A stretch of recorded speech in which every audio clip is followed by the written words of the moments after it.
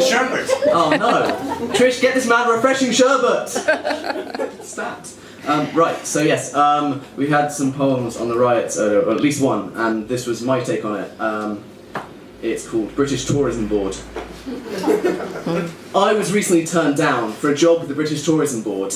I took it quite hard, that sting of rejection, but upon reflection, my sample publicity campaign, Come to Britain, It's a Riot, was poorly timed. But come to Britain anyway. Enjoy police officers who can shoot you, rioters who will loot you, politicians who pollute society and routinely shaft you, who taught the police they were untouchable, who showed the looters the best application of greed and opportunism in fine conservative tradition in the first place. Come to Britain. Also it rains.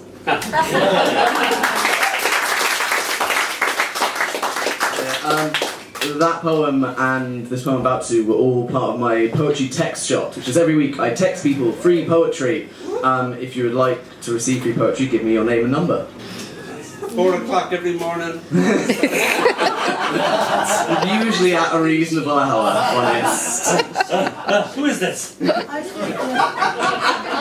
Anyway, this poem I am dedicating to someone who was very dear to me, and I've been through a thing in the last couple of days, and they were really nice about it, and I promise I'll never point them out in a room when I'm on stage, but they are here, and they have an unhealthy obsession with my ribs, which is the basis for this poem.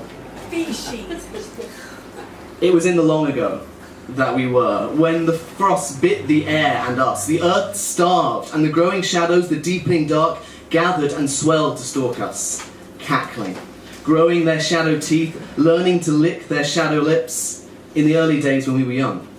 And I was weak, and the cold blitz of night clawed and sucked my flesh, till I was barely there, skin taut over the drum of my chest, legs more ache and hope than muscled sure steps. Leaning on you, feet stumbling and eyes dimming, drinking in the darkness, and you stared down the night. And you cut off your hair and you wove it into a whip that streaked the air with gold as you'd made sparks crack between the frost. Then you took one of my ribs, ripped it from the cave of my chest with bloodied, grasping nails, sharpened it to a point with your teeth, and it did for a knife that made the shadows bleed. You licked the wound that was my rib, flicked your tongue snake-like into the gap, and tasted the life of me, and lapped at me till the pain faded, till your hunger sated. And you opened me up, gnawed me open wide to the air, put me in the earth, and it hungered no more. The grey dirt turned brown, warmed by me, thawed by me, and the sparks of your hair warmed the air to the first summer.